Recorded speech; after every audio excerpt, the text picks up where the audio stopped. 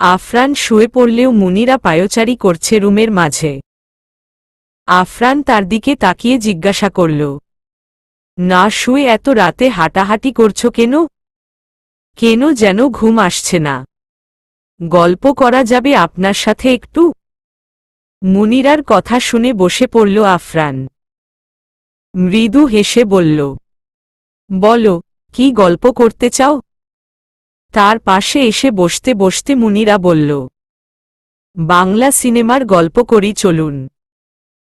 সায়নীর থেকে শুনেছে আফরান, মুনিরা বাংলা সিনেমার কাহিনী বলা শুরু করলে থামেই না। অনেকটা সিরিয়াস হয়ে বলে কাহিনীগুলো, আর যতক্ষণ না মনমতোভাবে কাহিনী বলা শেষ করতে পারবে ততক্ষণ থামবে না সে। জোর করে হলেও শুনিয়েই ছাড়বে। তাই আফরান চোখজোড়া বড় করে আফরান বলল, কোনো দরকার নেই, অন্য কিছু বলো। তাহলে আপনিই বলেন টপিক। তোমার কলেজের গল্প বলো। কলেজের আর কি গল্প? সোজা যাই সোজা আসি, ক্লাসে পড়ানো হয়।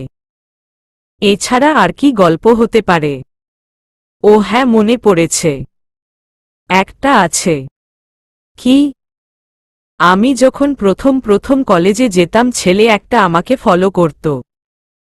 কিছুদিন পর সে আমাকে একটা লেটার পাঠায় তার এক বন্ধুর দিয়ে। ভ্রু জোড়া কুঁচকে আফরান বলল, তারপর? লেটারে লেখা ছিল সে আমাকে ভালোবেসে ফেলেছে। আমি তার ভালোবাসার ডাকে সাড়া দিচ্ছি কিনা জানতে চায় সে। আমি কি করেছি জানেন? কি? আমিও একটা লেটার পাঠিয়ে দিয়েছি তাকে।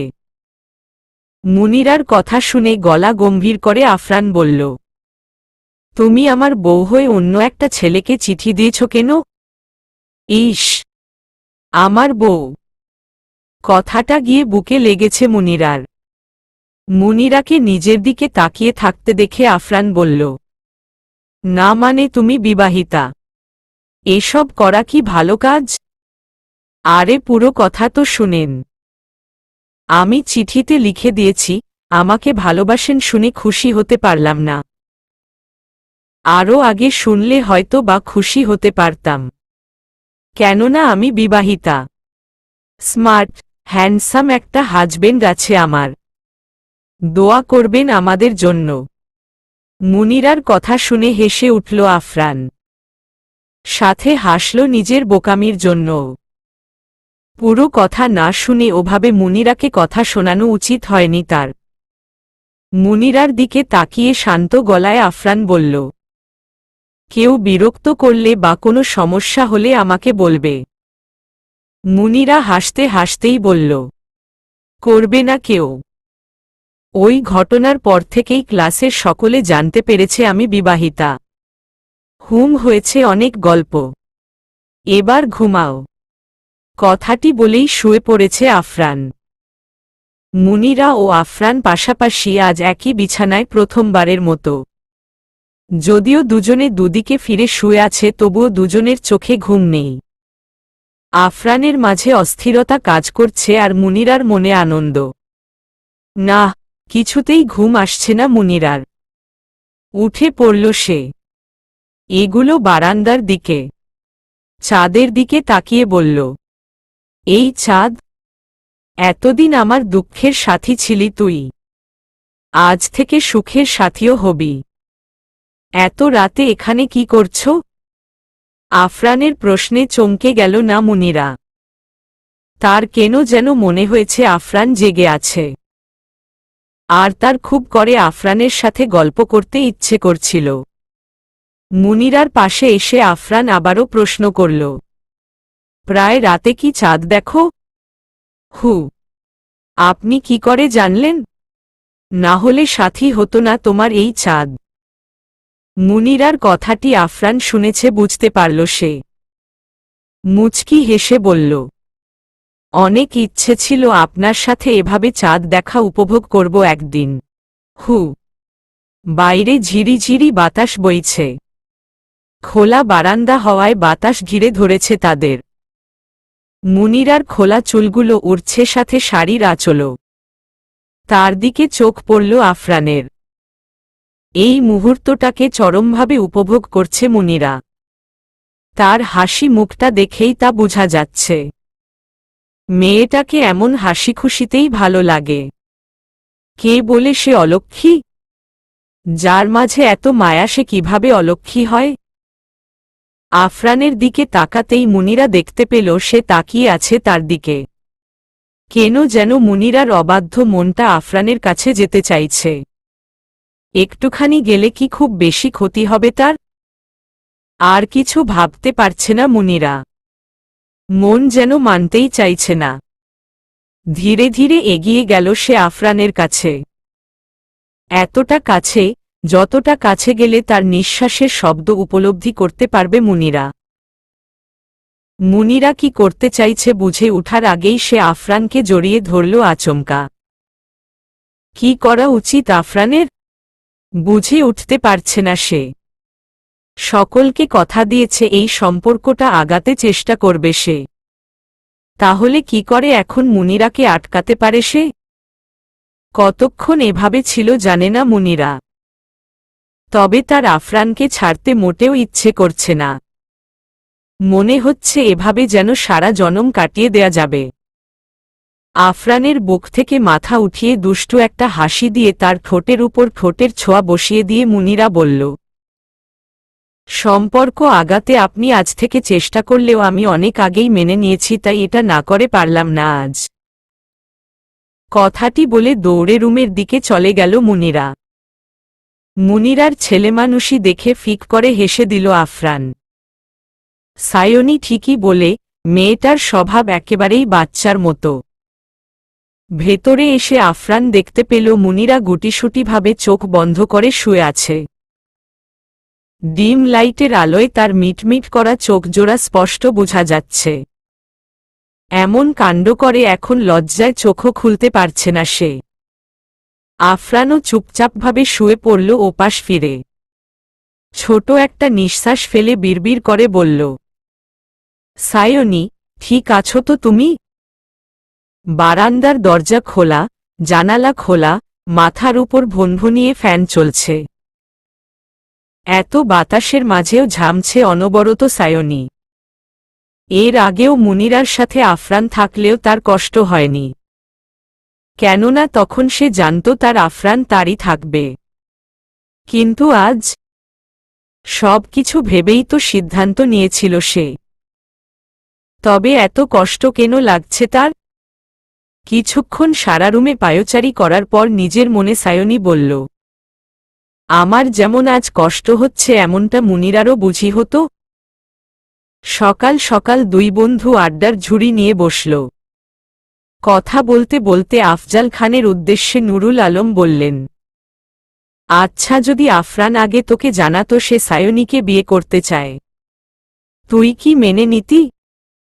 সায়নীর সাথে পাবেলের বিয়ে ঠিক ছিল। শুরুতে না মানলেও পরে হয়তো মানতাম। বাচ্চারা তা বুঝল না, করে ফেলল একটা ভুল। মুনিরাকে বিয়ে করাটাও ভুল নয় কি? হ্যাঁ, অবশ্যই ভুল।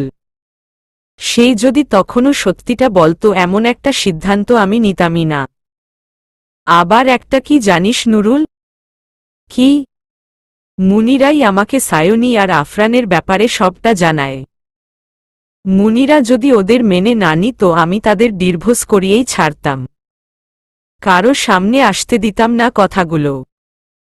যেমন গোপনে বিয়ে করেছে তেমনি গোপনে বিবাহ বিচ্ছেদও করাতাম। তাদের ভুলের শাস্তি মুনিরাকে পেতে দিতাম না।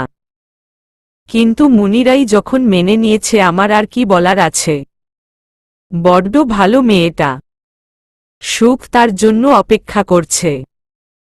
দেখিস ভালো থাকবে সে। রান্নাঘরে রুটি বেলতে ব্যস্ত সায়নী। তখনই আগমন ঘটে আফরানের।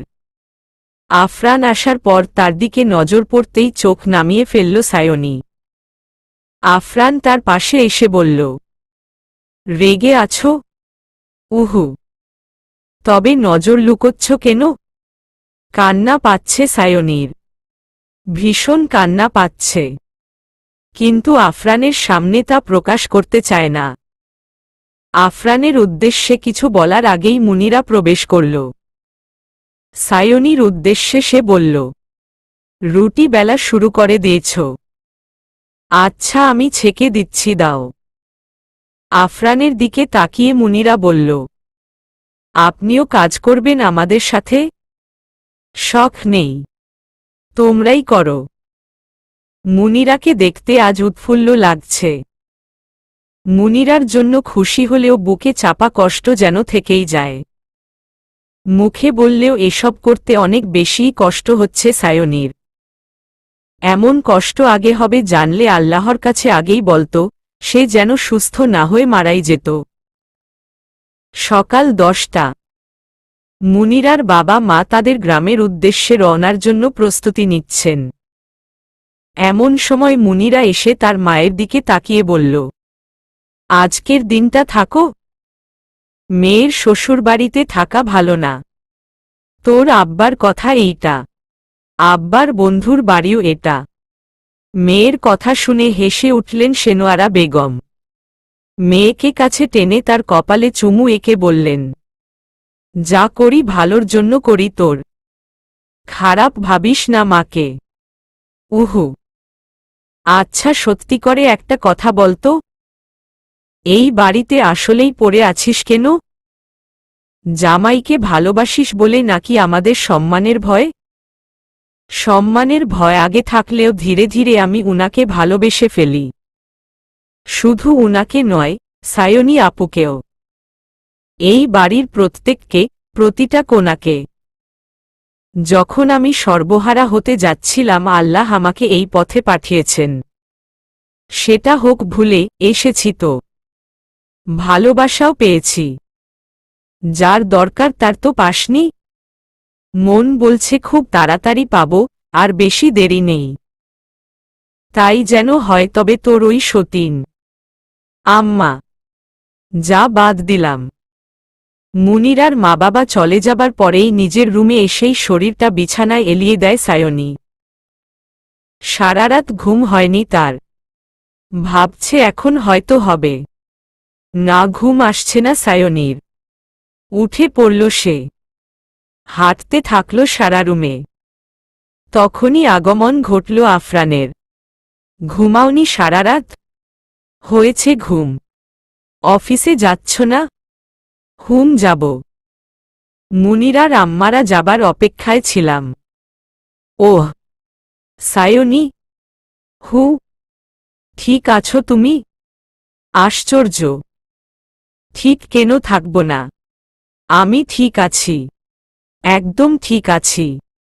বরং আফরানের চোখের সামনেই কথা বলতে বলতে আচমকা অজ্ঞান হয়ে মেঝেতে ঢলে পড়ল সায়নী। আফরান দ্রুত বেগে সায়নীর কাছে এসে তার মাথাটা কোলের উপর নিয়ে বলল, সায়নী, কি হয়েছে তোমার? ডাক্তার সায়নীকে দেখছে ভেতরে। এদিকে ড্রয়িং রুমে পায়চারি করছে আফরান। মুনিরাও তার পাশে রয়েছে। আফরান ভয়ার্ত দৃষ্টিতে তার দিকে তাকিয়ে বলল, সিঙ্গাপুর নিয়ে চিকিৎসা করেছিলাম সায়নীর। এমনটা তো হওয়ার কথা না। তাহলে চিকিৎসায় কোনো ভুল ছিল? এসব কেন ভাবছেন আপনি? আপুর কিছু হবে না। হয়তো শরীরটা হঠাৎ খারাপ করেছে তার। মেজর কিছু না। তাই যেন হয়। রুমের ভেতর থেকে এগিয়ে আসছে ডাক্তার সাথী। তাকে দেখতে পেয়ে আফরান বলল, কি হয়েছে সায়নীর? ওর তো অপারেশন হয়েছেই, আপনি জানেন। সুস্থও ছিল সে, তাহলে হঠাৎ? মিখান, রিল্যাক্স। আপনি বাবা হতে চলেছেন। Sayani is pregnant. আপনি তবুও সিওর হবার জন্য টেস্ট করাতে পারেন। তবে ঘরোয়া সকল টেস্ট শেষ করেই ব্যাপারটা সিওর হয়েই বললাম আমি। সায়নীকে কোলে তুলে ঘুরছে আফরান। সায়নী খবরটি শোনার পর তার সব কষ্ট যেন নিমিষেই ভুলে গেল। তার আর আফরানের অংশ আসতে চলেছে পৃথিবীতে। এর চেয়ে খুশির খবর কী বা হতে পারে?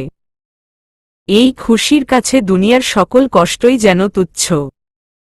আমার আফরানের অংশ আসতে চলেছে। আমার বংশধর আসতে চলেছে। মুনিরার মুখে খবরটি শোনার পর খুশিতে চোখে পানি চলে এলো আফজাল খানের চোখে। মুনিরার উদ্দেশ্যে তিনি বললেন, আমাকে নিয়ে চলো ওদের কাছে। নিতে হবে না, আমরাই এসেছি। আফরানের কথা শুনে আফজাল খান বললেন, এদিকে আয় বেটা, আমার ঘরে নাকি জুনিয়র আফরান আসতে চলেছে। বাবার দিকে এগিয়ে গিয়ে তাকে জড়িয়ে ধরে আফরান বলল, সেই জুনিয়র আফজাল খানও হতে পারে। বাবা ছেলের আনন্দ দেখে দুই বউয়ের চোখের কোণাও যেন ভিজে গেল। সায়নীকে জড়িয়ে ধরে মুনিরা বলল, সে কিন্তু জুনিয়র সায়নীও হতে পারে। কি বলো আপু?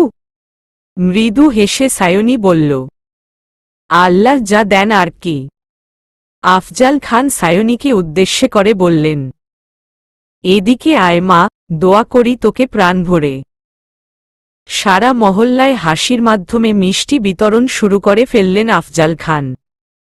বাসায় এত মিষ্টির প্যাকেট দেখে আফরান বলল, বাবা, বাচ্চা হওয়ার পরেও বিতরণ করতে হবে তো? আজই সব করে ফেলবে নাকি? আমার কি টাকা কম আছে নাকি? হ্যাঁ, এখনো করব, তখনও করব। আরে সবাই দোয়া করার জন্য মাসে মাসে করব। আমার নাতি আসতে চলেছে বলে কথা। আফজাল খানের কথা শুনে সকলে হেসে চলেছেন।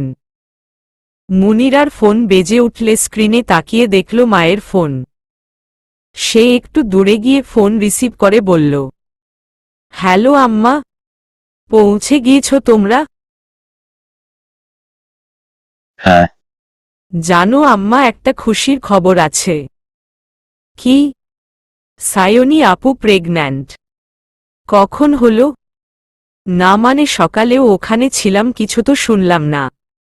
মুনিরার মুখে সবটা শোনার পর সেনোয়ারা বেগম বললেন, এখন দেখবি তোর এই বোনের পরিবর্তন। মানে আফরানের মন এতদিন সায়নীর দিকেই ছিল, এখন আবার সে পোয়াতি। তুই ওই বাড়ির পার্মানেন্ট কাজের মেয়ে হওয়ার প্রস্তুতি নে। একটা শিশু দুনিয়াতে আসতে চলেছে, তার জন্য শুভ কামনা না করে এসব ভাবছ তুমি? কারণ তুই আমার মেয়ে। আমি চাই তুই সুখে থাক। সম্মান নিয়ে আসছিস না, যখন দূর করে তাড়িয়ে দেবে তখন তুই বুঝবি। তোমাকে এসব বলাই আমার ভুল হয়েছে আম্মা। কথাটি বলার পরেই ফোন কেটে মুনিরা নিজের মনে বলল, উনি কাল বলেছেন আমাদের সম্পর্কে সুযোগ দিবেন। আর সায়নী আপু মা যেমনটা বলছেন মোটেও তেমন নয়। কেন যাব আমি? তারা আমার ভালোবাসার মানুষ, তাদের ছেড়ে আমি কোথাও যাব না। বিছানার উপরে মোবাইলটা ছুঁড়ে মারলেন সেনোয়ারা বেগম। বিড়বিড় করে তিনি বললেন, কি আছে আমার মেয়ের কপালে? এতদিন কাজের মেয়ে ছিল, এখন সে বাচ্চার আয়াও হবে। 11 দিন কেটে গেল। মুনিরাকে দেয়া কথা রাখার চেষ্টা চালু থাকলেও সায়নীর সাথে বেশি সময় কাটাতে হয় আফরানের। কেননা গর্ভবতীকালীন মেয়েদের মেজাজ কারণে অকারণে খারাপ হয়। সায়নীরও এর ব্যতিক্রম হচ্ছে না। হুট করেই মেজাজ বিগড়ে যায়, আবার হুট করে ভালোও হয়ে যায়। বাসার সকলে সায়নীর দিকে বিশেষ মনোযোগ রাখছে। তবে ইদানিং সায়নী নিজের রুমেই দিনের বেশিরভাগ সময় কাটায়। মুনিরার সাথে আগের মতো বসে গল্পও করে না। হয়তো মুনিরার ফাইনাল পরীক্ষা চলছে তাই। অফিস থেকে এলো আফরান। হাসির মা দরজা খুলে দিতেই সে সোজা চলে গেল মুনিরার রুমে। এ কি আপনি? হু পড়ছ? হ্যাঁ, তোমার জন্য একটা জিনিস এনেছি। কি? মুনিরার দিকে একটি প্যাকেট বাড়িয়ে দিল আফরান। মুনিরা খুলে তাতে একটি লাল রঙের জামদানি শাড়ি দেখতে পেল। উৎফুল্ল দৃষ্টিতে তাকিয়ে মুনিরা বলল, অনেক বেশি সুন্দর। সত্যি? আফরানের কাছে এসে তাকে জড়িয়ে ধরে মুনিরা বলল, হু সত্যি। আফরান এসেছে প্রায় 15 মিনিটের বেশি হচ্ছে। এখনো সায়নীর রুমে আসছে না কেন? এমনটা তো হয় না। প্রতিবার সায়নীর কাছেই আগে আসে সে। রুমের মাঝে পায়চারি করতে করতে আফরানের অপেক্ষা করছে সায়নী। এরই মাঝে আগমন ঘটল আফরানের। সায়নীকে দেখতে পেয়ে সে বলল, আমার রানীটাকে অস্থির অস্থির মনে হচ্ছে যে। এতক্ষণ কোথায় ছিলে? মুনিরা ও বাবার সাথে দেখা করে এসেছি। ওহ। আফরান তার হাতে থাকা প্যাকেট থেকে গোলাপি রঙের একটি জামদানি শাড়ি বের করে এগিয়ে দিল সায়নীর দিকে। সায়নী বলল, আমার জন্য এটা? তোমার দিকে বাড়ালাম মানে তোমারই। সুন্দর। মুনিরাকে দিয়েছ? হুম। এমনি? না, লাল রঙের। কেন? বিছানার উপর বসতে বসতে আফরান বলল। কেন মানে? যে যেমন রং পছন্দ করে তাকে তেমনই দিলাম। আজকাল দেখছি অনেক কিছুরই খেয়াল রাখো তুমি। মানে? আগে তুমি আমার কাছেই আসতে, আজ হলো এর বিপরীত। কেন? সায়নী কি ইঙ্গিত করছে বুঝতে পারল আফরান। মৃদু হেসে সে বলল, তোমার সাথে তো আমি থাকবি। তাই তো ওদের সাথে দেখা করে এলাম। মুনিরার সাথে থাকো গিয়ে। আমি কিছু বলবো না। আফরান সায়নীর পাশে এসে তার দুগালে হাত দিয়ে বলল, কি হয়েছে সায়নী তোমার, বলো তো? মনে কি চলছে তোমার? আমাকে বলো। এ কি করছে সে? সে এটা করতে পারে না।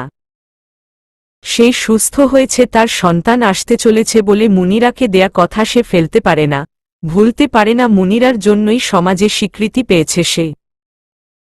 নিজেকে সামলে নিয়ে আফরানের বুকে মাথা রেখে সায়নী বলল, কিছু না। মিস করছিলাম তোমাকে। আফরানও শক্ত করে জড়িয়ে ধরল সায়নীকে। ডাক্তার বলেছে এই সময়ে মুড সুইং হয় যখন তখন। এসব মানিয়ে চলতে হবে। হঠাৎ কলিং বেলের শব্দ হতেই আফরানের উদ্দেশ্যে সায়নী বলল, তুমি বসো, আমি দেখছি কে এসেছে। দরজা খুলেই সায়নী পাশের বাসার নতুন বউয়ের দেখা পেল। সাথে তার শাশুড়ি সীমা আক্তারও এসেছেন। তারা সায়নীর সাথে এসে সোফায় বসলেন। এই হলো আমার পুত্রবধূ। তোমার সাথে দেখা করাতে আনলাম। নতুন বউয়ের দিকে তাকিয়ে সায়নী বলল, ভালো আছো? জি আছি। মহিলাটি তার ছেলের বউকে উদ্দেশ্য করে বললেন, এইটা হলো প্রথম বউ। কত ধৈর্য এই মেয়ের। ঘরে আরেকটা বউ আনছে তাও সে চুপচাপ আছে। আর ওই মুনিরা মানে ছোট বউটা এতটা বেহায়া, সবকিছু জেনেও পড়ে আছে এখানে। আপনি এসব বলতে এসেছেন এখানে? আফরানকে দেখতে পেয়ে সীমা আক্তার চমকে গেলেন। থতমত খেয়ে তিনি বললেন, আসলে। সোফার উপরে বসে নতুন বউয়ের উদ্দেশ্যে আফরান বলল, মানুষের শোনা কথায় কান দিতে নেই। আমি ইচ্ছে করে দুটো বিয়ে করিনি। আমি কি শুনতে পারি আপনার কাহিনী? হু। সায়নীকে ভালোবাসি আমি। বিদেশ থেকে ফিরে এসে হঠাৎ তার বিয়ের কথা শুনে মানতে পারিনি। বাবা নিজে বিয়েটা করাবেন বলে জানিয়েছেন। ওই সময় কি করব মাথায় কাজ করছিল না। তাই সায়নীকে বাধ্য করি আমাকে বিয়ে করতে। ওর হবু বর দেশে আসার পরেই বাবাকে সব জানাবো ঠিক করি। নতুন বউটি উৎসুক দৃষ্টিতে তাকিয়ে বলল, তারপর? বাবার সাথে মুনিরার গ্রামের বাড়িতে তার বন্ধুর মেয়ের বিয়েতে অ্যাটেন্ড করতে যাই আমি। ওখানে তার হবু বর আনাস আসার পথেই মারা যায়। যে কারণে মেয়েটিকে মানে মুনিরাকে অলক্ষ্মী হিসেবে গ্রামের সকলে অপমান করতে থাকে। বের হয়ে যেতে বলে গ্রাম থেকে। বাবার বন্ধুর মেয়ে মুনিরা। আর মুনিরার বাবা আমাকে ছোটবেলায় পানি ডুবে যাওয়া থেকে বাঁচিয়েছিলেন। এভাবে তাকে করা অপমান সহ্য করতে না পেরে বাবা আমার থেকে জিজ্ঞাসা না করেই বলে ফেলল, মুনিরাকে বিয়ে করব আমি। বাবাকে যদিও আমি বলেছি এই বিয়েটা আমি করতে পারবো না, তবে আমার গোপন বিয়ের কথা এত মানুষের সামনে বাবাকে জানাতে পারিনি আমি। এদিকে একটা মেয়ের অসহায়ত্ব দেখে আমারও খারাপ লাগছিল। কি হয়েছিল জানি না আমার, তবে হ্যাঁ, পরিস্থিতি মোকাবিলা করার শক্তি হারিয়ে ফেলেছিলাম। বিয়ে করে নীল মুনিরাকেও, কিন্তু আমার মন তো সায়নীতেই আটকে ছিল। তাই সিদ্ধান্ত নেই ডিভোর্স দিব মুনিরাকে। মুনিরাকে শুরুতে সবটা লুকোই আমরা। সঠিক সময়ের অপেক্ষায় ছিলাম। কিছুদিন পর আমরা বলার আগেই মুনিরা আমাদের ব্যাপারে জেনে যায়। তবে সবটা না, সে ভেবেছিল আমাদের মাঝে অবৈধ সম্পর্ক আছে। জেনে কি করল? জানার পর সে সায়নীকে অপমান করল। মিথ্যে অপবাদ সহ্য করতে না পেরে সায়নী তাকে সব সত্যিটা জানায়। সব জানার পরেও নিজের কথা ভেবে মুনিরা থাকতে চায় এই বাড়িতে। সায়নী এটা মানতে পারবে না বলে বাড়ি থেকে বেরিয়ে যায়। রাস্তায় ছুটতে থাকে পাগলের মতো। হঠাৎ একটা গাড়ি সায়নীর দিকে এগিয়ে আসলে মুনিরা তাকে বাঁচাতে গিয়ে নিজেই অ্যাক্সিডেন্ট করে বসে। কোনো ক্ষতি হয়েছে কি তার? আল্লাহর রহমতে হয়নি। সুস্থ হয়ে যায় মুনিরা। তবে এই ঘটনার পরেই সায়নীর মনে জন্মে তার জন্য ভালোবাসা। কিন্তু মুনিরা তখন আমাদের মাঝ থেকে সরে যেতে যায়। দুইটা ভালোবাসার মানুষের মাঝে দাঁড়াল হয়ে থাকতে চায়নি সে। তবে এখনো যায়নি কেন? সায়নীর জন্য। সায়নীর প্রায় অসুস্থ থাকত। তাই তার টেস্ট করিয়েছিলাম। টেস্টের রিপোর্ট আসলো তার ব্রেইন টিউমার হয়েছে। সায়নী ভেবেছিল সে সুস্থ হতে পারবে না। তাই সে চেয়েছে মুনিরা আমার পাশেই থাকুক। তার অবর্তমানে মুনিরাই আমার খেয়াল রাখতে পারবে। তারপর আর কি? দুই বোনের মাঝে কথা হয়েছে, সায়নী সুস্থ হয়ে ফিরে আসলেও মুনিরাকে তার অধিকার থেকে বঞ্চিত করবে না। সায়নীর মন বলছিল সে সুস্থ হবে না। তাই সে বাবাকেও আমাদের বিয়ের ব্যাপারে জানাতে চায়নি আর। কিন্তু মুনিরা ঠিকই বাবাকে ম্যানেজ করে নেয়। সায়নী বাবার মেয়ের জায়গা দখল করেছিল। আর মুনিরা সবটা মেনে নিয়েছে, তাই বাবাও মেনে নেয় আমাদের। আপনি মানতে পেরেছেন কি মুনিরাকে? এই 1 বছরেও পারিনি। তবে এখন চেষ্টা করছি। আফরানের কথা শুনে সীমা আক্তার বললেন, কি দরকার এত মানামানির? ওই মেয়েকে ছেড়ে দিলেই হয়।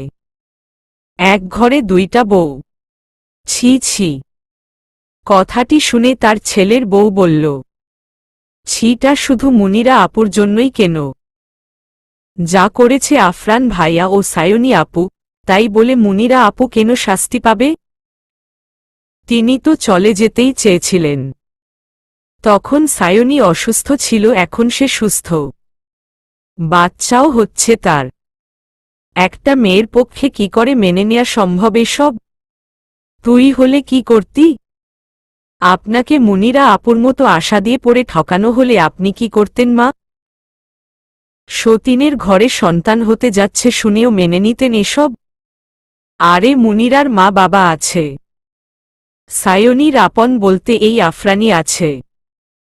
কিন্তু সায়নী আপুকে মুনিরা আপুর মতো অলক্ষী অপবাদ শুনতে হয় না। মুনিরা আপুর জন্য তার মা বাবাকেও কথা শুনতে হয়। আমি মুনিরা আপুর জায়গায় থাকলে কখনো নিজের স্বামীকে ছেড়ে যেতাম না। আমিও সায়নীর জায়গায় থাকলে জামাই ছেড়ে যেতাম না। শাশুড়ি বউ মার কথা শুনে মৃদু হেসে সায়নী বলল, আমরাও সেটা পারছি না। পরিস্থিতি, ভুল, সম্মানহানি, বেহায়াপনা যাই হোক না কেন, নিজের স্বামীকে ছেড়ে যেতে পারছি না আমরা। আপনারা হয়তো খুব সহজেই বলে দিচ্ছেন যে কোনো একজন থাকলেই ভালো হতো। কিন্তু সে যে কোনো একজন কে হবে? আপনার মতে আমি আর আপনার পুত্র বধূর মতে মুনিরা। কিন্তু ঘটনা আমাদের সাথে ঘটেছে। তাই আমরাই যেতে পারছি না। সায়নীর কথা শুনে সীমা আক্তার বললেন, আফরান যাকে ভালোবাসে সে থাকলেই হয়। বিষয়টা এখন শুধু ভালোবাসাতে সীমাবদ্ধ নয়। নিজেকে একজনের জায়গায় দাঁড় না করিয়ে দুজনের জায়গাতেই দাঁড় করান। আপনি হলে কি করতেন তখনই বুঝতে পারবেন। যত যাই হোক, নিজের স্বামীকে ছেড়ে দেয়া সম্ভব নয়। কেননা এখানে আফরানের দোষ নেই। সে কেবলমাত্র পরিস্থিতির শিকার। কথাগুলো বলার পর লম্বা একটা শ্বাস ছাড়ল সায়নী। মনে যাই চলুক বাইরে, তা প্রকাশ করা যাবে না। আড়াল থেকে কথাগুলো শোনার পর মুনিরার মনে আসল, আমি আসলেই দুইটা ভালোবাসার মানুষের মাঝে দাঁড়াল হয়ে আছি কি। সকাল 5:30। নামাজ সেরে পড়ার টেবিলে বসে একমনে পড়ে চলেছে মুনিরা। মাঝে মাঝে তার মনে চলে আসছে সীমা আক্তারের বলা কথাগুলো। সেসব কথা ভুলে যাওয়ার জন্য জোরে জোরে শব্দ করে পড়ছে সে। হঠাৎ তার ফোন বেজে উঠল। স্ক্রিনে তাকিয়ে দেখল তার মায়ের ফোন। এত সকালে মা ফোন করেছে কেন? কোনো এক অজানা ভয় কাজ করছে মুনিরার মাঝে। দেরি না করেই ফোন রিসিভ করল সে। তখনই ওপাশ থেকে কান্নাজড়িত কণ্ঠে তার মা বলে উঠল, মুনিরা রে, সব শেষ হয়ে গেল মুনিরা, সব শেষ হয়ে গেল। মায়ের এমন আহাজারি শুনে বুকের ভেতরটায় ধুক করে উঠল মুনিরার। চেয়ার ছেড়ে দাঁড়িয়ে পড়ল সে। মায়ের উদ্দেশ্যে সে বলল, কি হয়েছে আম্মা? এমন করছো কেন তুমি? তোর বাবা ঘুম থেকে উঠছে না মুনিরা। নামাজ পড়তে উঠছে না। বাড়ির সবাই তাকে ডাকাডাকি করছে, তাও উঠছে না। সবাই বলছে তার শরীরটা আছে, প্রাণ নাকি নাই। এসব কি বলছে সবাই? তুই আয় মা, এখনই আয়। নিশ্চয় তোর ডাকে সাড়া দিবে তোর বাবা। তুই না ডাকলে সে না উঠে পারবেই না। আয় মা তুই। আফরানদের দরজায় ঘুমঘুম শব্দ শুনতে পেরে ঘুম ভেঙে গেল তাদের। চোখ জোড়া কচলিয়ে সায়নী বলল, এই সকালে কে? মুনিরা নয়তো? দরজার ওপাশ থেকে কান্নাজড়িত কণ্ঠে মুনিরা বলছে, আপু দরজা খুলো। মুনিরার গলার এমন শব্দ শুনে নিজের বাবার জন্য আফরানের মনে ভয় কাজ করা শুরু করল। ঠিক আছে তো তার বাবা? আফরানের উদ্দেশ্যে সায়নী বলল, দরজাটা খুলো আফরান তাড়াতাড়ি। দরজা খোলার পরেই আফরানকে দেখতে পেয়ে তার বুকের মাঝে ঝাঁপিয়ে পড়ে কাঁদতে থাকল মুনিরা। বিছানা ছেড়ে উঠে এসে সায়নী জিজ্ঞাসা করল, মুনিরা কি হয়েছে তোর? এমন করছিস কেন? আফরানের কাছ থেকে নিজে সরিয়ে নিয়ে সায়নীর পাশে এসে তাকে জড়িয়ে ধরে মুনিরা বলল, আপু আমার আব্বা নাকি চোখ খুলছে না। সবাই বলছে তিনি নাকি। আর কথা বলতে পারছে না মুনিরা। কান্নায় ভেঙ্গে পড়ল সে। মুনিরার কথাটি শুনে স্তব্ধ হয়ে গেল আফরান ও সায়নী দুজনেই। এই তো 1 মাস আগেই নুরুল আলমকে সুস্থ দেখেছেন তারা। এখন এসব কি শুনছে? নিজেকে সামলে নিয়ে মুনিরার উদ্দেশ্যে সায়নী বলল, সামলা নিজেকে। তুই এমন করলে তোর মায়ের কি হবে? সায়নীর কোনো কথা যেন মুনিরার কানে যাচ্ছে না। এক নাগারে কেঁদে চলেছেই সে। আফরানের দিকে তাকিয়ে সায়নী বলল, মুনিরার গ্রামে যাবার ব্যবস্থা করো। ড্রাইভারকে ফোন দিয়ে গাড়ি বের করতে বলো। বাবাকে বলবো? নিশ্চয়। বাবার বন্ধুর মৃত্যুর সংবাদ তাকে জানাতে হবে। মুনিরার পিঠে হাত বুলিয়ে সায়নী বলল, মুনিরা শক্ত হো। গ্রামে যেতে হবে তোকে। সকলে তৈরি হলেও আফজাল খানের কথায় সায়নী হয়নি। সায়নী প্রেগন্যান্ট। এই অবস্থায় তার ওখানে যাওয়া ঠিক হবে না।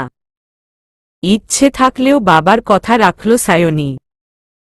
গাড়িতে উঠার আগে তার পাশে এসে আফরান বলল, সকাল 7টায় হাসি আসবে তোমার কাছে।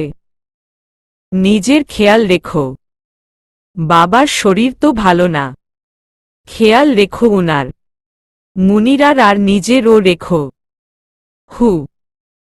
সকাল 10টা পার হল মুনিরা যখন তার গ্রামের বাড়ি এসে পৌঁছায়। তার বাবার শেষ গোসল কাজ সম্পন্ন হয়েছে মাত্র। বাড়ির ড্রয়িং রুমে পার্টি বিছিয়ে দেহটা সাদা কাপড়ে ঢেকে রাখা হয়েছে। মুনিরা ধীরে ধীরে এগিয়ে গেল বাবার মৃত দেহটার দিকে। মুখের উপর থেকে কাপড় সরাতেই যেন সে স্তব্ধ হয়ে গেল। কিছুক্ষণ পলকহীন চোখে বাবাকে দেখার পর ফুঁফিয়ে কেঁদে উঠে বলল সে, আম্মা বলেছে, আমি বললে নাকি তুমি ঘুম থেকে উঠে যাবে, তাই আমি ছুটে এসেছি। উঠো না আব্বা ঘুম থেকে, দেখো না তোমার মেয়ে এসেছে। বাবার কোনো সাড়া না পেয়ে হাউমাউ করে কাঁদতে থাকল মুনিরা। আফরানের মনে পড়ে গেল তার মা হারানোর দিনটির কথা। আফরান তার পাশে এসে বসে বলল, শান্ত হও মুনিরা, শান্ত হও। আফজাল খান ও একপাশে দাঁড়িয়ে চোখের পানি ফেলে চলেছেন। আর বিড়বিড় করে তিনি বলছেন, মেয়ের সুখটা দেখে যেতে পারলি না রে নুরুল। তোর সাথে একটা রাজপুত্রের বিয়ে দিব আমি। রাজরানী হয়ে থাকবি তুই। আমার তো রাজকুমারী থাকতেই ভালো লাগছে। রাজকুমারী একসময় রাজরানী হয় রে মা। নিজের বাবার কথা মনে হতেই চোখের কোণায় পানি চলে এলো সায়নীর। একদিনেই মা বাবাকে হারিয়েছে সে অ্যাক্সিডেন্টের মাধ্যমে। তার উপর দিয়ে কি বয়ে গিয়েছে সে ছাড়া কারো বোঝার উপায় নেই। মা মানেই মমতাময়ী, আর বাবা মানেই মাথার উপরের ছায়া। দুজনের একজনেরও সায়নীর নেই, তাই সে মুনিরার কষ্টটা উপলব্ধি করতে পারছে সহজেই। বিকেল ঘনিয়ে সন্ধে হয়ে গেল। দাফন কাজ সম্পন্ন করেই মাত্রই ঘরে এসেছে আফরান। সে দেখতে পেল মুনিরাকে ঘিরে ধরেছে গ্রামের প্রায় মহিলা।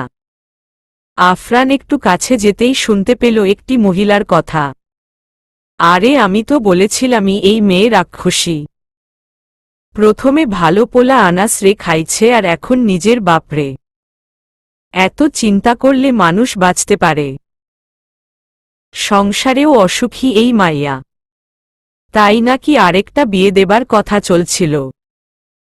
বাপটা এসব নিয়া চিন্তা করতে করতেই মারা গেল রে, না হলে সুস্থ মানুষ। রাতে ঘুম দিল, সকালে আর উঠল না। মেয়ের চিন্তায় ঘুমের মাঝেই ওপারে চলে গেল। মুনিরার পাশে এসে আফরান বলল, এই মহিলা কে? শান্ত গলায় মুনিরা জবাব দিল, আমার ফুফু। ফুফু হয়ে নিজের ভাগ্নির নামে এসব কি বলছেন আপনি? ওহো, আসছে আমার ভালো পোলা। 2 বিয়া করেও গলার জোর কমে নাই তাই না তোমার? মুনিরারে তো আরেকটা বিয়া দিতে চাইছ শুনলাম। তা এখনই রেখে যাবে নাকি তাকে? সেনোয়ারা বেগম এতক্ষণ চুপচাপ তার কথা শুনলেন। এ পর্যায়ে মুখ খুললেন তিনি, জামাই তুমি মুনিরাকে নিয়ে চলে যাও। তুমি তো মুনিরার আব্বাকে কথা দিয়েছিলে মুনিরার খেয়াল রাখবে। কথা রাখবে না বলো? তার পাশে এসে মুনিরা বলল, আমি তোমাকে ছেড়ে কোথাও যাব না মা। আমার কসম লাগে তোকে যেতে হবে, না হলে এরা তোকে শান্তিতে থাকতে দিবে না মা। যা, চলে যা, তুই চলে যা। রক্তাক্ত 3টা শরীর, চেহারা বোঝারও উপায় নেই কোনটাকে। তবে হ্যাঁ, একটা তার বাবা, একটা মা, আরেকটা তার খালা ডাক্তার শনাক্ত করছেন। চোখের সামনে 3জন আপন মানুষের লাশ দেখে চিৎকার করে উঠল সায়নী। সায়নীর চিৎকারে ঘুম ভেঙে গেল হাসির। সায়নী ঘুমের মাঝে আবোলতাবোল বলে যাচ্ছে। হাসি তাকে ডেকে বলল, সায়নী আপু, ঠিক আছো তুমি? ঘুম ভেঙে গেল সায়নীর। স্বপ্নে তার মা বাবা হারানোর দিনটা আবারও দেখতে পারল সে। হাঁপাতে হাঁপাতে বলল সায়নী, মা বাবা এভাবে চলে গেলে তোমরা আমাকে ফেলে? হাসি বুঝতে পারল আজ অনেক বছর পরে মুনিরার বাবার মৃত্যুর সংবাদ শুনে নিজের মা বাবার কথা মনে পড়ছে সায়নীর। হাসি সায়নীর জন্য পানি আনতে এগিয়ে যাচ্ছে ডাইনিং রুমের দিকে। তখনই কলিং বেলের শব্দ শুনতে পেল সে। ঘড়িতে তাকিয়ে দেখল রাত 11:20। এত রাতে কে হতে পারে তা দেখার জন্য দরজার দিকে এগিয়ে গেল সে। সায়নীও এগিয়ে গেল ড্রয়িং রুমের দিকে। মুনিরাকে মেঝের উপর চুপচাপ বসে থাকতে দেখে সায়নী তার পাশে এসে নিজের বুকে জড়িয়ে নিল তাকে।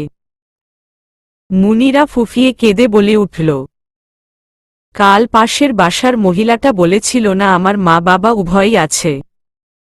তাকে ডেকে বলো আপু আমার বাবা আর নেই। তাকে ডেকে বলো। মুনিরার কথাটি শুনে সায়নীর বুকে তীরের মতো আঘাত করল। আসলেই তো কালই সীমা আক্তার বলেছিলেন মুনিরার মা বাবা আছে। আর আজই এমন একটা অঘটন ঘটে গেল। মহিলাটির কথা মুনিরাকে বড্ড আঘাত করেছে। আফজাল খান বললেন, তোমরা দেখো মেয়েটাকে। আমি নিজের রুমে গেলাম, মনটা ভালো নেই। আফজাল খান এগিয়ে যেতেই আফরানের দিকে তাকিয়ে সায়নী বলল, তোমরা আজই চলে এলে কেন? না মানে সেনোয়ারা আন্টির পাশে মুনিরার থাকাটা দরকার ছিল। আফরান কিছু বলার আগেই সায়নীর কাছ থেকে নিজেকে ছাড়িয়ে নিয়ে মুনিরা বলল, সেটাও আমার কপালে সইল না আপু। এই সময়ে আমি আমার মায়ের পাশেও থাকতে পারলাম না। সকলে কথা শোনাচ্ছিল আমাকে। আমার জন্যই নাকি আব্বা চিন্তা করতে করতে অপারে চলে গিয়েছেন। এসব শুনে আম্মা আমাকে রাখলেন না তার সাথে। মায়ের দুঃখের সময়ও আমি তার পাশে নেই।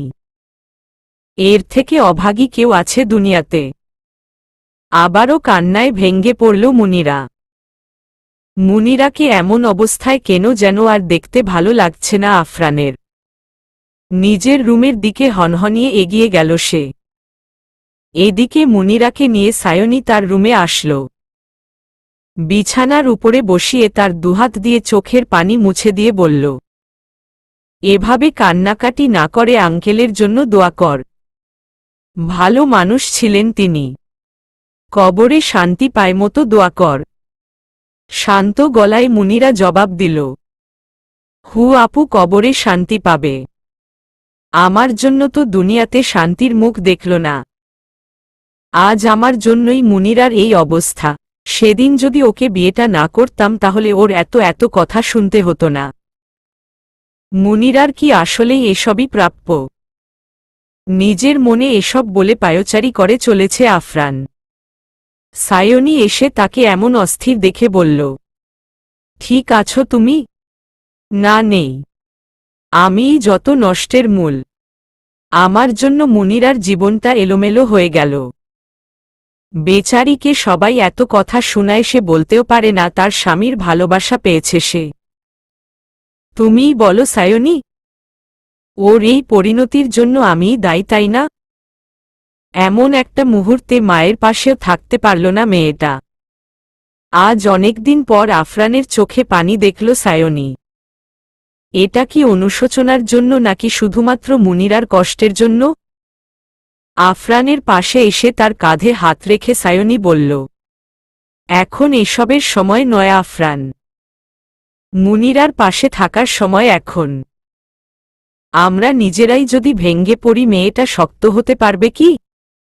সায়নীকে জড়িয়ে ধরে আফরান বলল, হুম, আমি আজ মুনিরার সাথে থাকব। তোমার নিজের শরীর ঠিক নেই সায়নী। এই সময় ওকে আমি একা ছাড়তে পারি না আফরান। তোমার উপরও কম দখল যায়নি। হু, হাসিকে বলেছি খাবার তৈরি করতে। সবাই কিছু খেয়ে নিও। তুমি খেয়েছ? হু, সত্যি?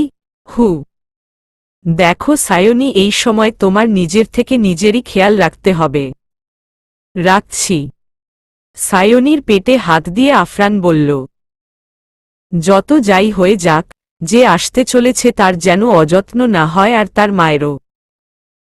কারো চাপা কান্নার শব্দে ঘুমটা ভেঙে গেল সায়নীর। মাত্রই চোখটা লেগে এসেছিল তার। উঠে বসে পড়ল সায়নী। বারান্দা থেকে ভেসে আসছে এই শব্দটি। ধীর পায়ে এগিয়ে গেল সায়নী সেদিকে। শাড়ির আঁচল মুখের উপর চেপে রেখে কেঁদে চলেছে মুনিরা। ছোট্ট একটা নিঃশ্বাস ফেলে সায়নী বলল, চাপা কান্না নয়, প্রাণ খুলে কাঁদ, কাঁদতেই যদি হয় হালকা লাগবে। এতক্ষণ মুনিরার বকবকানির জন্য সায়নী ঘুমোতে পারেনি।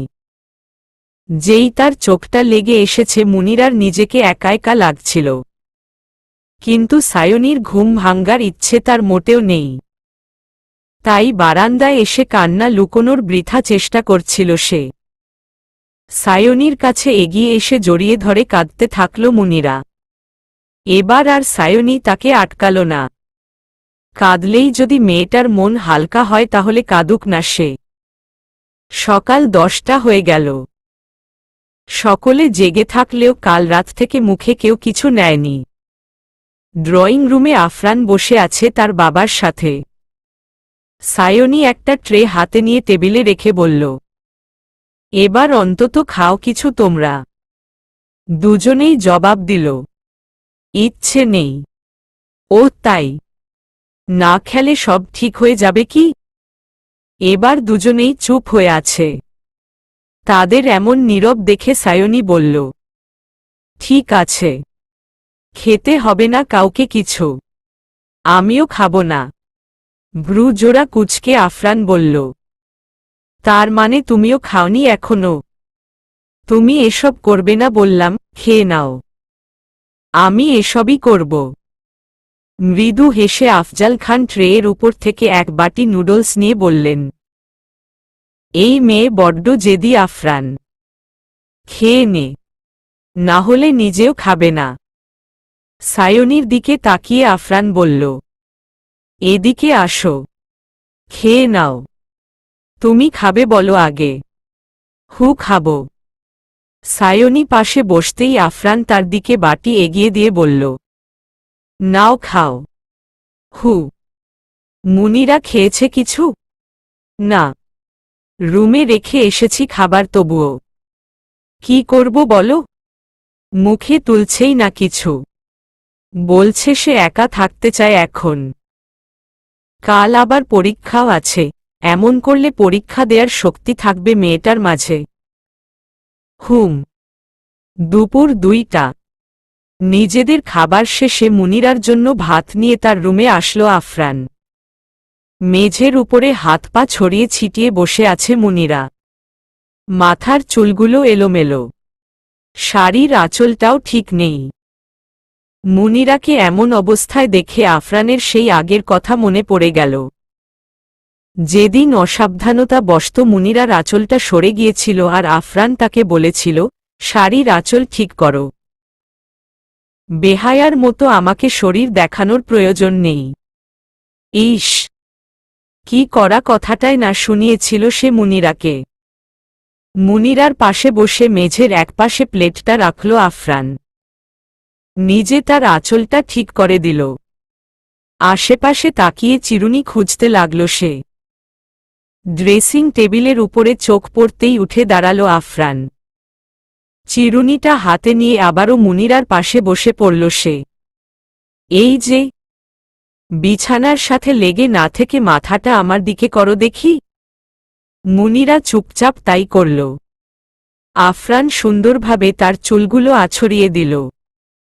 তারপর তাকে নিজের দিকে ফিরিয়ে বলল, কিছু কথা বলি শোন। জন্ম, মৃত্যু, বিয়ে এই 3টি আল্লাহ নির্ধারণ করে জানোই তো।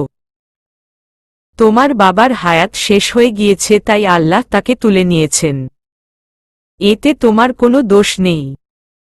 তাই নিজেকে দোষারোপ না করে দোয়া করো উনার জন্য। বুঝেছ? আর কাল তোমার পরীক্ষা আছে।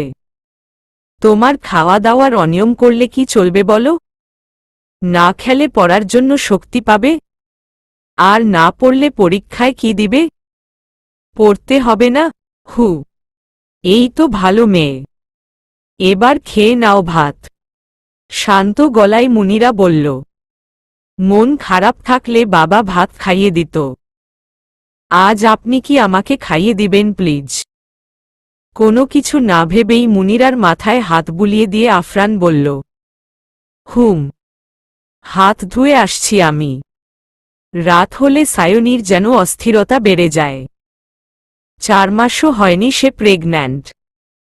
এখন থেকেই এমন হলে সামনে আরও কি হবে ভাবতেই আরও খারাপ লেগে উঠে সায়নীর। মুনিরাকে পরিয়ে আফরান সায়নীর রুমে আসল। সায়নীর চোখে মুখে ক্লান্তির ছাপ দেখে আফরান বলল। খারাপ লাগছে? হু, ঘুমের দরকার ভীষণ। তোমার ঘুমের ব্যাঘাত ঘটছে সায়নী। এমন হলে তো সমস্যা। দেখি, চুপচাও ঘুমাও। কিন্তু মুনিরা, আমি খেয়াল রাখব। তোমার মাঝে আরেকজন আছে এটাও ভুলে গেলে চলবে না তোমার। হু। সায়নী শুয়ে পড়লে আফরান তার পাশে বসে মাথায় হাত বুলিয়ে দিল। নিমিষেই ঘুমিয়ে পড়ল সায়নী। আফরান বসে পড়ল তার ল্যাপটপ নিয়ে। অফিসের অনেক কাজ জমা পড়ে যাচ্ছে। মায়ের নাম্বার ডায়াল করে ফোন দিল মুনিরা। একবার রিং হতেই ওপাশ থেকে রিসিভ করে বলল। হ্যালো আম্মা, ঠিক আছো তুমি? আর ঠিক রে মা, মনে হচ্ছে তোর আব্বা আমাকেও ডাকছে। এসব কি বলছো আম্মা তুমি? এসব বলতে নেই। মনে শান্তি নাই রে মা, শান্তি নাই। তোর বাবার সাথে আমাকে কেন নিয়ে গেল না আল্লাহ।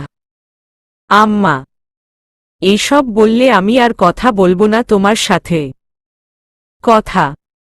এই সময় আমার পাশে থাকার কথা তোর। কিন্তু দেখ কেমন পোড়া কপাল। বাপ মাটিতে ঢোকার সাথে সাথেই তোকেও চলে যেতে হলো। আর কত দুঃখ সইতে হবে বলতে পারিস আমাদের? এ পর্যায়ে ডুকরে কেঁদে উঠল মুনিরা। তার কান্নার শব্দ পেয়ে সেনোয়ারাও কাঁদতে থাকলেন। হাতের কাজ শেষে ঘড়ির দিকে তাকিয়ে দেখল রাত 2টো বাজে। সায়নী গভীর ঘুমে আচ্ছন্ন। কিন্তু মুনিরার কি অবস্থা? একবার দেখে আসা যাক ভেবেই আফরান এগুলো মুনিরার রুমের দিকে। বিছানার উপরে বসে বই হাতে নিয়ে পড়ার চেষ্টা করছে মুনিরা। চোখ বেয়ে পড়ছে অঝোর ধারায় পানি। আফরান তার পাশে এসে বলল। আর পড়তে হবে না, ঘুমাও। কান্নাজড়িত কণ্ঠে মুনিরা বলল। আমার কিছু মনে থাকছে না। লেখার সময় মনে পড়ে যাবে। আমি পারবো না কিছু। পারবে তুমি। আব্বার মুখটা ভেসে আসছে চোখে বারবার। আর আম্মার কথা খুব মনে পড়ছে। আম্মার কাছে যেতে ইচ্ছে করছে খুব বেশি। কিন্তু পোড়া কপাল, যেতেই পারবো না আমি। মুনিরার পাশে বসে আফরান বলল। তোমার আম্মাকে নিয়ে তো আসতে পারবো। কি বলো? ছলো ছলো নয়নে আফরানের দিকে তাকিয়ে মুনিরা বলল। সত্যি? হুম সত্যি। এবার ঘুমাও। অনেকটা সংকোচ করে আফরানের কাছে মুনিরা আবদার করে বসল। আমি কি আপনার কোলে মাথা রেখে শুতে পারি? আমি ঘুমোলে না হয় চলে যাবেন আপনি। হুম আসো। এই প্রথম আফরানের কোলে মাথা রেখে শুয়েছে মুনিরা। আফরান তার চুলে বিলি কেটে দিচ্ছে। এত শান্তি আফরানের মাঝে জানা ছিল না মুনিরার। পরম শান্তিতে ধীরে ধীরে চোখজোড়া বন্ধ করে নিল সে। সকাল 6টা। নিজের ঘুম ভাঙতেই আফরান দেখা পেল মুনিরার। মেয়েটা ঘুমিয়ে রয়েছে। তাই সে নিজের কোল থেকে খুব সাবধানে মুনিরার মাথাটা বালিশের উপরে রেখে উঠে পড়ল। এগুলো সায়নীর রুমের দিকে। সায়নীও গভীর ঘুমে লিপ্ত। সায়নীর মোবাইলে অ্যালার্ম দিয়ে রেখেছে অজানা নয় আফরানের। আফরান তার মোবাইলটি নিয়ে অ্যালার্ম বন্ধ করে দিয়ে এগুলো রান্নাঘরের দিকে। 7টার দিকে ঘুম ভাঙল সায়নীর। পাশ ফিরে আফরানকে দেখতে না পেয়ে উঠে বসল সে। তার ডাকেই আফরানের ঘুম ভাঙ্গে। আজ কি অ্যালার্মের শব্দেই ভেঙে গেল? সে কেন শুনল না? আর আফরানি বা কোথায়? হঠাৎ মনে এলো সায়নীর, সে হয়তো মুনিরার কাছে গিয়েছে। সায়নী উঠে তার চুলে খোপা করে নিল। ব্রাশে পেস্ট লাগিয়ে এগুলো রান্নাঘরের দিকে সকালের নাস্তা তৈরি করার জন্য। রান্নাঘরে এসে আফরানকে দেখতে পেয়ে চমকে গেল সায়নী। চোখ জোড়া বড় বড় করে সে বলল, কি করছো তুমি? ও, তুমি উঠে গিয়েছ? এই তো শেষ আমার। কি শেষ? খিচুড়ি করেছি তোমাদের জন্য। আমাকে বললেই হতো। তোমাকে ঘুম থেকে তুলতে ইচ্ছে করেনি। গুটিসুটি হয়ে আরাম করে ঘুমোচ্ছিলে তো। এখন এদিকে এসো, দেখো খিচুড়ি কেমন হয়েছে। আফরান খিচুড়ি রেঁধেছে শুনে মুনিরার ঠোঁটের কোণে এক চিলতে হাসি ফুটল। এই প্রথম সে আফরানের হাতে তৈরি খাবার মুখে দিল। মুনিরার উদ্দেশ্যে আফরান বলল, কেমন হয়েছে? অনেক বেশি ভালো। আপনি দেখছি ভালো রান্নাও করতে পারেন। পারি তো। জানতাম না। ধীরে ধীরে সবই জানবে। খাওয়া শেষ হলে আফরান বলল, যাও মুনিরা, তৈরি হয়ে আসো। আজ পরীক্ষার সেন্টারে আমি নিয়ে যাব তোমাকে। ঠিক আছে। মুনিরা এগোতেই আফরানের দিকে তাকিয়ে সায়নী বলল, নুরুল আঙ্কেল ভালো মানুষ ছিলেন। তার কথা মনে পড়লে আমারও খারাপ লাগে। 17 দিন পর সকাল সকাল ঘুমটা ভেঙে গেল সায়নীর। পায়চারি করছে সে রুমের মাঝে। তখনই ফোন এলো মিশিকার। ফোন রিসিভ করতে ওপাশ থেকে বলল, হ্যালো সায়নী, ভিডিও কলে কথা বলবো। তোকে মিস করছি। আচ্ছা, অনলাইনে আয়। ল্যাপটপটা নিয়ে সায়নী ড্রয়িং রুমে চলে আসলো। তাদের কথার শব্দে আফরানের ঘুম ভেঙে যেতে পারে তাই। সোফার উপর বসে অনলাইনে যেতেই মিশিকার ভিডিও কল আসলো। হাই সায়নী, কি অবস্থা তোর? ভালো রে। তোর কি অবস্থা? এই তো ভালোই। শুনেছি তোদের বাসা ডুপ্লেক্স করার প্ল্যান করছিস। হ্যাঁ রে, কার থেকে শুনলি? আফরান ভাই পাবেলকে বলেছে। তা ডুপ্লেক্স করলে তুই কোথায় থাকবি? উপরে উঠবি না? না রে, আমার এটাই পছন্দ। মূলত বাবার কথাতেই মুনিরার জন্য করা হচ্ছে এটা। কেন রে, মুনিরারও বাচ্চা কাচ্চা হতে চলেছে নাকি? আলাদা হয়ে যাচ্ছিস? আলাদা কোথায়? উপর নিচেই তো। আর আফরানের সাথে ওর এমন কিছু এখনো হয়নি। তোকে হলেও কি বলবে? তাছাড়া হতে আর কতদিন? বাদ দে, তুই সুস্থ আছিস তো? আছি।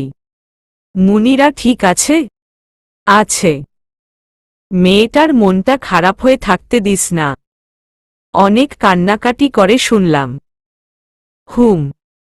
তবে আফরান ওর খেয়াল রাখে অনেক। ডিপ্রেশনের সময় সবসময় কারো পাশে থাকাটা জরুরি, না হলে মনের উপর এফেক্ট পড়ে। আসলে মেয়েটার কথাও কি বলবো, বেচারি মুনিরা। অল্প বয়সে কত কিছু সহ্য করতে হচ্ছে। তোর ছেলে হলে কিন্তু আমার মেয়ের সাথে বিয়ে দেব তার। ঠিক আছে দিস। সায়নীর দিকে তাকিয়ে মুখটা ফ্যাকাশে করে মিশিকা বলল, তোর জন্য মাঝে মাঝে বড্ড কষ্ট হয় রে আমার। কিভাবে পারছিস এসব সহ্য করতে? ভেবে দেখেছিস? মুনিরা না থাকলে হ্যাপি কাপল হতি তোরা। শুধুই কাবাবের মাঝে হাড্ডি হয়েছে সে। যদিও ওরও কোনো দোষ নেই। তবুও তুই যেহেতু আমার বেস্ট ফ্রেন্ড, তোর কথা মনে হলেই খারাপ লাগে। ওসব ছাড় এখন। পাবেলের কি অবস্থা বল? আড়াল থেকে এতক্ষণ যাবৎ সায়নী ও মিশিকার কথা শুনেছে মুনিরা। মিশিকার কথার কোনো প্রতিবাদ সায়নী করল না কেন? তবে কি সায়নীও ভাবে মুনিরা তাদের মাঝে দেয়াল হয়ে আছে? আর আফরানের মনে কি আসলেই তার জন্য জায়গা তৈরি হয়নি? তবে এতদিন যে আফরান তাকে আগলে রেখেছে, খেয়াল রেখেছে, এসব কি শুধুই মানবতা? কিন্তু এসবের জন্য যে সে আরও বেশি ফুরবল হয়ে পড়েছে আফরানের প্রতি। আফরান কি সেটা বুঝে না? এভাবে সারা জীবন আফরানের পাশে থাকতে চায় সে। তবে তার চাওয়া পাওয়ার কি আদৌ মূল্য আছে? সায়নী নিজের রুমে এসেই দেখল আফরান ফ্রেশ হয়ে বাথরুম থেকে বেরিয়েছে। সায়নীর দিকে এগিয়ে এসে সে জড়িয়ে ধরল তাকে। আচমকা আফরানকে একটা প্রশ্ন করে বসল সায়নী। আচ্ছা আফরান, কখনো যদি আমার আর মুনিরার মাঝে যে কোনো একজনকে বেছে নিতে বলি, কাকে বেছে নিবে তুমি? সায়নীকে ছেড়ে তার দিকে তাকিয়ে ফিক করে হেসে দিল আফরান। হাসতে হাসতেই বলল, সকাল সকাল এমন আজব প্রশ্ন? এমনিতেই ফ্রেশ হয়ে নাও। আফরান ড্রয়িং রুমের দিকে এগিয়ে গেল। সায়নী বিড়বিড় করে বলল, আগে হলে কোনো কিছু না ভেবেই বলতে তোমাকে বেছে নিব। এখন তুমি উত্তরটাও দিতে পারলে না। মুনিরা শেষ অবধি তোমার মনে জায়গা পেয়েই গেল। আমিও তো এটাই চেয়েছিলাম, তবুও আমার খারাপ লাগছে কেন বলতে পারবে? মাঝে মাঝে মনে হয় মুনিরা না থাকলে তুমি, আমি আর আমাদের বাচ্চাটা কত না সুখে থাকতাম। সায়নীর রুমটা খানিকটা দূরে মুনিরার রুমের থেকে। তবে আজ আরও বেশি দূর লাগছে মুনিরার কাছে। সে যেটা করতে যাচ্ছে এটা ঠিক কিনা জানে না। তবে সে কারো সুখের সংসার নষ্ট করতে পারে না। আসলেই তো আফরান তো তাকে মনে জায়গা দিতে পারেনি। তবে এখানে কেন পড়ে থাকবে সে? থাক না দুটো ভালোবাসার মানুষ একসাথে। সে না হয় দূর থেকেই তাদের ভালোবেসে যাবে। রুমের মাঝে এসে সায়নীকে দেখতে পেল মুনিরা। সে তার পাশে এসে বলল, আপু, আমি উনাকে ডিভোর্স দিব। এবার আর আমাকে আটকাবে না প্লিজ। তোমাদের মাঝে আমি আর দেয়াল হয়ে থাকতে চাই না। কোনো ক্ষোভ নেই তোমাদের জন্য আমার। আমার কপালটাই হয়তো খারাপ, তাই যেটা সম্ভব না সেটা আশা করে বসেছিলাম। একনাগাড়ে কথাগুলো বলে বেরিয়ে গেল মুনিরা। ছলছল নয়নে সায়নী তাকিয়ে রইল তার পথের দিকে। মুনিরা কিভাবে বুঝতে পারল তার মনে কি চলছে? তার কোনো আচরণে কি কি করে ফেলল সায়নী? সব কিছু এভাবে ভুলে গেল সে। এটা ঠিক করেনি সায়নী। কিন্তু তারই বা কি করার আছে? তার মনে যে তুফান চলছে সে ছাড়া কেউ বুঝবে না। এখন কি করা উচিত তার? চলে যেতে দিবে মুনিরাকে, নাকি আটকাবে তাকে? আর আফরান, সেই বা কি করবে? মুনিরার জন্য তার মনে তো জায়গা হয়েই গেল। উফ অফ, আর ভাবতে পারছে না সায়নী। মাথাটা ভীষণ ধরেছে সায়নীর। আলনা থেকে তোয়ালে নিয়ে ওয়াশরুমের দিকে পা বাড়ায় সে। মাথাটা ভেজালে হয়তো ভালো লাগবে তার। রান্নাঘরের দিকে মুনিরাকে এগুতে দেখে ডাক দিল আফরান। কোথায় যাচ্ছ? নাস্তা তৈরি করতে। ওহ, তাহলে সায়নীকে বলে এসো রেস্ট করতে, তুমি বানিয়ে দিচ্ছ। ঠিক আছে। আজ কথা বলার সময় আফরানের দিকে তাকালো না মুনিরা। কষ্ট হচ্ছে তার ভীষণ। কিভাবে ছেড়ে যাবে সে আফরানকে? রুমের কোথাও সায়নীকে না পেয়ে ওয়াশরুমের দরজায় কড়া নাড়ল মুনিরা। কয়েকবার কড়া নাড়ার পরেও ভেতর থেকে কোনো শব্দ পাচ্ছে না মুনিরা। আতঙ্কিত স্বরে সে বলল, আপু, ঠিক আছো তুমি? না, কোনো শব্দ পাওয়া যাচ্ছে না। তাড়াহুড়ো করে মুনিরা এগুলো আফরানকে ডাকার জন্য। আজ সায়নী এমন একটা প্রশ্ন করল কেন? কি চলছে সায়নীর মনে? সে চেয়েছে তার মনে যেন মুনিরার জন্য জায়গা হয়। আচ্ছা, আসলেই কি তা হয়েছে?